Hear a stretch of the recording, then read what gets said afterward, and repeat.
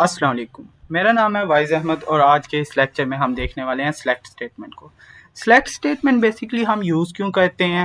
Data को retrieve करने के लिए। डाटा को जिस टाइम हम लोगों ने टेबल से रिट्रीव करना होता है ना किसी भी फॉर्मेट के अंदर, तो हम लोग सेलेक्ट क्वेरी का यूज़ कर रहे होते हैं। ये एक बहुत ज़्यादा कॉमनली यूज्ड और एक मेजर कमांड है हमारी सीखने के लिए, डाटा रिट्रीवल के लिए। डाटा रिट्रीवल हमारा एक बहुत मेन पर्पस होता है डाटाबेसिस से, कि डाटा को हम लोगों ने किस तरीके से रिट्रीव करना है और किस तरीके से स्क्रीन पर डिस्प्ले करना है। तो उस काम के लिए हम लोग यूज़ कर रहे होते हैं सेलेक्ट स्टेटमेंट को। सेलेक्ट स्टेटमेंट अब हम लोग या तो सारा का सारा जो डाटा हम लोगों ने स्टोर किया हुआ है एक टेबल के अंदर A to Z डाटा को हम लोग स्क्रीन पर शो करवाना चाह रहे हैं, या हो सकता है हम स्पेसिफिक करेक्टरिस्टिक्स को, स्पेसिफिक एट्रीब्यूट्स को स्क्रीन पर डिस्प्ले करवाना चाह रहे हैं, या फिर हम लोग चाह रहे हैं कि स्पेसिफिक एट्रीब्यूट्स को हम लोग किसी पर्टिकुलर एलाइस के साथ या फिर किसी रीनेम्ड फॉर्मेट के अंदर हम लोग स्क्रीन पर डिस्प्ले करवा दें, या फिर हम लोग फिल्टर्ड डाटा, यानी कि हम लोग चाहते हैं कि किस कुछ जो उनसे हमारे स्टूडेंट्स हैं या कुछ रिकॉर्ड्स हैं सिर्फ वो रिट्रीव हों, सारे के सारे रिकॉर्ड्स रिट्रीव ना हो। तो उस सारी चीज़ों के लिए हम लोग सेलेक्ट स्टेटमेंट को मॉडिफाइड फॉर्म के अंदर उसके साथ हम लोग फर्दर कंडीशंस लगाकर डाटा को रिट्रीव कर रहे होते हैं। अब हम लोग वन बाय वन चीज़ों के गो थ्रू करेंगे कि तमाम कॉलम्स को, तमाम रिकॉर्ड्स को अगर रिट्रीव करना है तो हमें क्या स्टेटमेंट लिखनी पड़ेगी। अगर हम कुछ स्पेसिफिक कॉलम्स को या स्पेसिफिक एट्रीब्यूट्स को सिर्फ रिट्रीव करना चाहते हैं तो हमें क्या करना पड़ेगा। अगर हम रीनेम करके कॉलम्स को स्क्रीन पर डिस्प्ले करना चाहते हैं तो हमें क्या करना पड़ेगा। और अगर हम फिल्टर्ड डाटा यानी कि कुछ स्पेसिफिक रिकॉर्ड्स को स्क्रीन पर डिस्प्ले करवाना चाहते हैं तो हम लोगों को क्या करना पड़ेगा। Let's begin.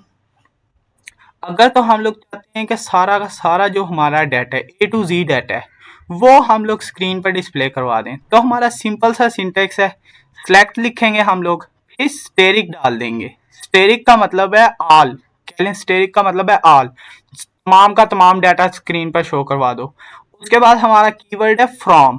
फ्रॉम कौन से टेबल से हम लोगों ने सिलेक्ट करना है, यहाँ पर हम लोग लिखेंगे सेलेक्ट स्टेरिक फ्रॉम जो भी हमारा पर्टिकुलर टेबल होगा। ये जनरल सिंटैक्स है हमारा, ठीक है। जो भी हमारा पर्टिकुलर टेबल होगा उससे हम लोग डाटा रिट्रीव कर रहे होंगे। जैसे कि लास्ट लेक्चर के अंदर हम लोगों ने एक स्टूडेंट टेबल बनाया था। अब उस स्टूडेंट टेबल से अगर मैं सारा डाटा रिट्रीव करना चाहता हूँ तो मैं लिखूंगा सेलेक्ट स्टेरिक फ्रॉम स्टूडेंट्स, ठीक है। अगर मेरे टेबल का नाम स्टूडेंट है तो फिर मैं जस्ट स्टूडेंट लिख लूंगा। अगर मैंने टेबल का नाम स्टूडेंट्स रखा हुआ है तो फिर मैं स्टूडेंट्स लिख लूंगा, जिस तरह के इधर एग्जांपल के अंदर भी लिखा हुआ है सेलेक्ट स्टेरिक फ्रॉम स्टूडेंट्स। अब हम लोग इस चीज़ को एग्जीक्यूट करके देख लेते हैं। अब इस केस के अंदर हमारे पास ये 3 रिकॉर्ड्स सिर्फ रिट्रीव हुए हैं। अगर हमारे पास इससे ज़्यादा रिकॉर्ड्स होंगे तो फिर हमारी स्क्रीन पर ज़्यादा रिकॉर्ड्स शो हो जाएंगे। जो हमारा डेटाबेस था उसके अंदर मैंने कुछ रिकॉर्ड्स इंसर्ट कर लिए थे ताकि हमें सीखने में आसानी हो। तो फिर मैं सेलेक्ट स्टेरिक यानी कि तमाम डाटा को हम लोग रिट्रीव करना चाहते हैं, कौन से टेबल से, स्टूडेंट्स टेबल से तमाम डाटा को रिट्रीव करना चाहते हैं। अब यहाँ पर आप देखिएगा जितना भी रिकॉर्ड मेरे पास था, यानी कि 26 स्टूडेंट्स का रिकॉर्ड मेरे पास मौजूद है, उन सारों का रिकॉर्ड मेरे पास स्क्रीन पर शो हो गया है। आईडीज़ उनकी शो हो गई हैं, उनके नेम्स शो हो गए हैं, उनकी एज शो हो गई है, प्लस उनका डिपार्टमेंट। इनिशियली लास्ट लेक्चर के अंदर हम लोगों ने जब टेबल देखा था उसके अंदर आईडी, नेम और एज थी, लेकिन हम लोगों ने पहले डीडीएल कमांड्स के अंदर सीखा हुआ है कि अगर हमारे पास एक ऑलरेडी क्रिएटेड टेबल हो उसके अंदर हम मज़ीद एक एट्रीब्यूट ऐड कर सकते हैं। यानी कि जिस तरह मैंने इधर डिपार्टमेंट का एट्रीब्यूट ऐड किया आप इसको ऐड कर सकते हैं। अब आपका टास्क ये होगा कि आपने ये जो सा डिपार्टमेंट वाला एट्रीब्यूट है इसको ऐड भी करना है साथ। एक क्यूरी, सिंपल सी क्यूरी होगी, वो आपने लिखनी होगी अपने डेटाबेस के जो टेबल, स्टूडेंट्स टेबल है उसके अंदर आपने डिपार्टमेंट का एट्रीब्यूट ऐड करना है। इसकी एक बिल्कुल बेसिक सी क्यूरी है, वो आप लिखेंगे तो फिर आपका ये डिपार्टमेंट वाला एट्रीब्यूट ऐड हो जाएगा, ठीक है। इसके अंदर मैंने कुछ डाटा इंसर्ट कर लिया था इनिशियली लास्ट लेक्चर के अंदर। हमारे पास जस्ट ये 2 रिकॉर्ड्स थे, 1 अहमद एंड 2 जोया। अब इसके अंदर काफ़ी सारे और रिकॉर्ड्स भी आपको दिख रहे हैं जो कि हमारे पास पहले नहीं थे, लेकिन मैंने इसके अंदर, इस टेबल के अंदर इंसर्ट कर लिए थे, ठीक है। साथ डिपार्टमेंट डाल दिया था, डिपार्टमेंट्स भी इनके सारों के ऐड कर दिए थे। अब सेलेक्ट स्टेरिक फ्रॉम स्टूडेंट से क्या काम हुआ है, तमाम डाटा मेरे पास जितना भी डाटा था स्टूडेंट्स का वो सारा डाटा रिट्रीव हो गया है। ठीक है, अगर मैं अब इसके अंदर कोई पर्टिकुलर कंडीशन लगा देता ना, जहां पर मेरी age where age equal to 20, जहां पर मेरी एज 20 है, स्टूडेंट्स की एज 20 है, जस्ट वो वाले रिकॉर्ड शो करवाओ। तो इसने उन स्टूडेंट्स का रिकॉर्ड शो करवाया जिनकी एज 20 है, Ayesha, Zahid, Zainab Khan, Aiman and so on so forth, Usama Khan. इस तरीके से हमें जस्ट वो वाले स्टूडेंट्स का रिकॉर्ड मिल गया है जिनकी एज हमारे पास क्या है, 20 है। एज के मुताबिक हम लोगों ने इसको फिल्टर कर लिया है, इसको फिल्टरिंग कहते हैं। ठीक है, अगर अब मैं चाह रहा होता कि मैं चाहता हूँ कि मेरे पास तमाम डाटा शो ना हो, जस्ट मेरे पास आईडी और नेम शो हो, जितने भी स्टूडेंट्स मेरे पास हैं ना मौजूद, उनको उनके जस्ट मैं आईडी और नेम्स शो करना चाहता हूँ, तो मैं इधर स्टेरिक ना लिखता, मैं लिखता फर्स्ट कॉलम जो मैं शो करवाना चाह रहा हूँ वो है आईडी, और सेकंड कॉलम जो मैं शो करवाना चाह रहा हूँ वो है नेम। मैं just ID and name show करवाना चाह रहा हूँ, तो select column 1 column 2 from table.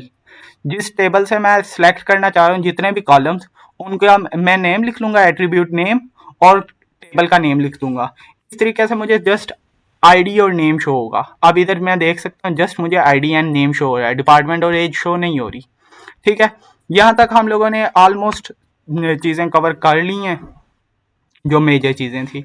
Select steric from table name, यानी कि तमाम कॉलम्स को अगर मैं रिट्रीव करना चाह रहा हूँ, अगर मैं स्पेसिफिक कॉलम्स को रिट्रीव करना चाह रहा हूँ जो अभी मैंने करके दिखाया, select column 1 column 2 from table, जिस भी टेबल से। अब यहाँ पर कॉलम 1 कॉलम 2 जस्ट 2 लिखे हुए हैं, अगर मैं 2 से ज़ायद कॉलम्स को रिट्रीव करना चाह रहा हूँ तो फिर मैं इधर एक और कॉमा डालूंगा और कॉलम 3 लिख लूंगा, जो भी कॉलम 3 होगा मेरा। नेम और डिपार्टमेंट इसने रिट्रीव किया, मैंने आईडी और नेम रिट्रीव किया था। अगर मैं चाहता हूँ आईडी भी आए, नेम भी आए, डिपार्टमेंट भी आए, लेकिन एज ना आए, तो फिर मैं क्या लिखूंगा जी, सिलेक्ट आईडी नेम डिपार्टमेंट।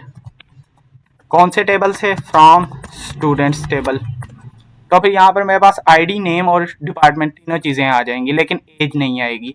अगर मैं चारों करना चाहता था तो फिर मैं डायरेक्ट स्टेरिक भी लिख सकता हूँ। दूसरा तरीकेकार ये भी है, एक तो है मैं स्टेरिक लिख दूँ सारे कॉलम्स आ जाएंगे, दूसरा तरीकेकार है इस तरीके से मैं लिख दूँ एज। यहाँ पर आप देख सकते हैं ये एज भी आ गया, हमारे पास एज का कॉलम भी आ गया।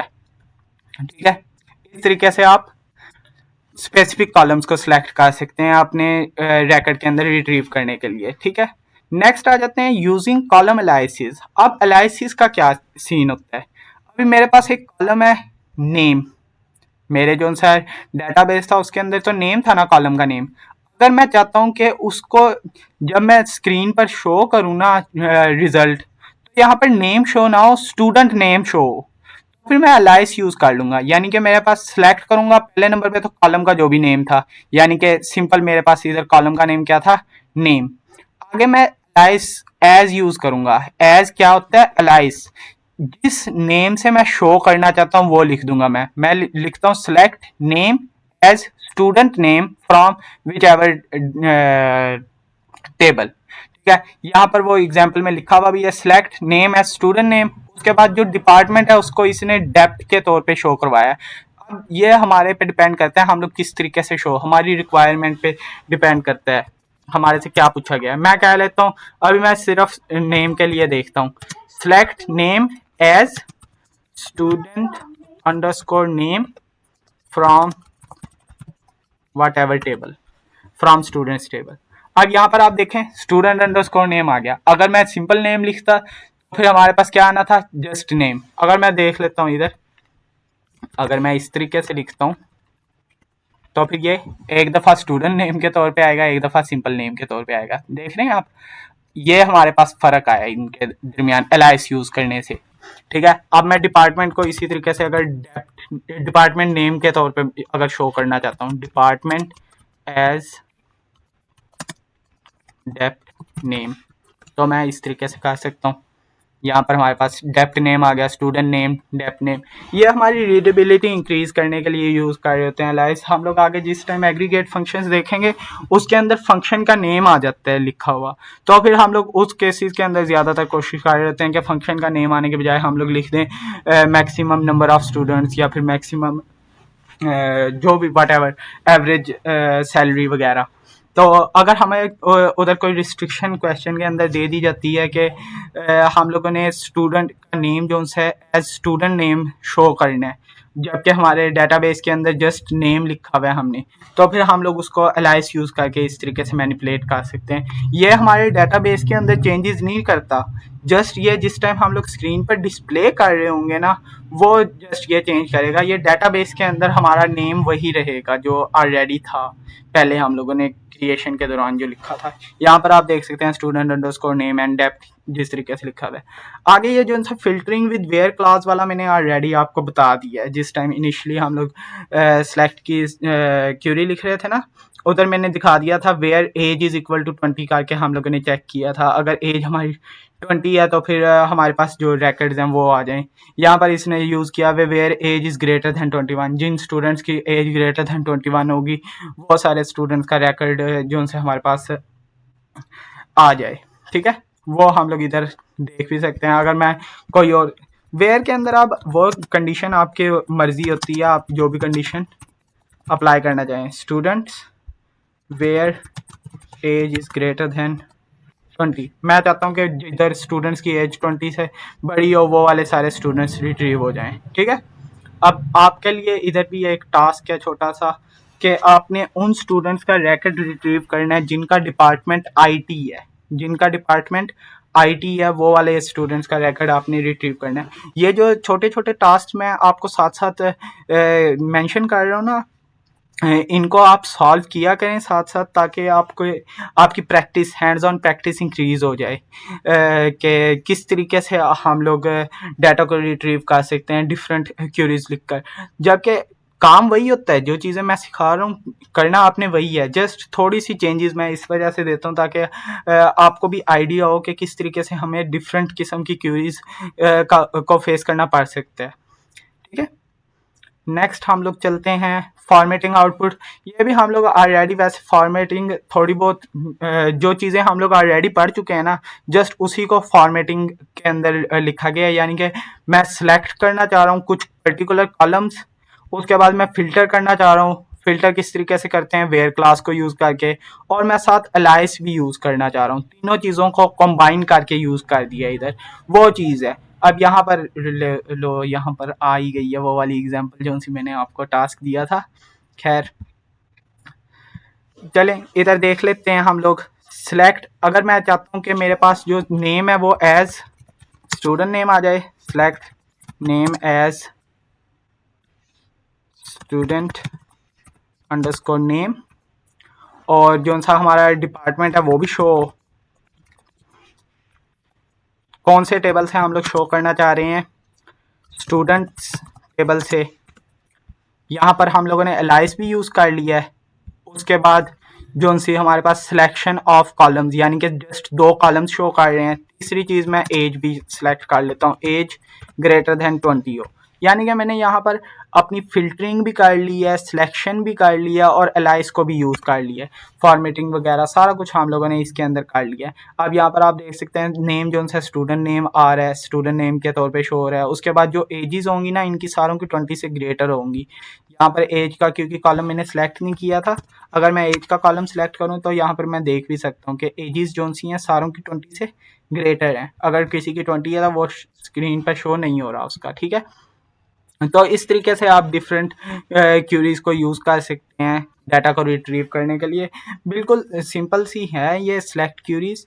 फर्दर हम लोग देखेंगे जहाँ पर हमारे पास वेयर की जो सी क्यूरीज हैं उनको वेयर के अंदर किस तरीके से ज़्यादा हम लोग फिल्टरिंग कर सकते हैं एंड सो ऑन, सारी चीज़ें हम लोग कंटिन्यू करेंगे। थोड़ी कॉम्प्लेक्स चीज़ों की तरफ भी हम लोग फिर मूव फॉरवर्ड करेंगे। अगर हम लोग इसकी समरी देखें अपने पूरे लेक्चर की, तो फिर सिलेक्ट ऑल कॉलम्स, अगर तमाम कॉलम्स को हम लोग रिट्रीव करना चाहते हैं, सिलेक्ट स्टेरिक फ्रॉम स्टूडेंट्स, यानी कि ऑल को हम लोगों ने जिस भी टेबल से रिट्रीव करना है। अब फिल वक्त हम लोगों ने स्टूडेंट्स टेबल बनाया था, आप अपनी प्रैक्टिस के लिए कोई और टेबल्स भी क्रिएट कर सकते हैं। एम्प्लॉयज़ टेबल बनाएं, एम्प्लॉयज़ टेबल के अंदर कुछ एट्रीब्यूट्स को सेट करें और उन एट्रीब्यूट्स के अंदर उस टेबल के अंदर आप कुछ डाटा को इंसर्ट करें और अपने एम्प्लॉयज़ टेबल के साथ कुछ क्या नाम है रिट्रीवल के टास्क परफॉर्म करें।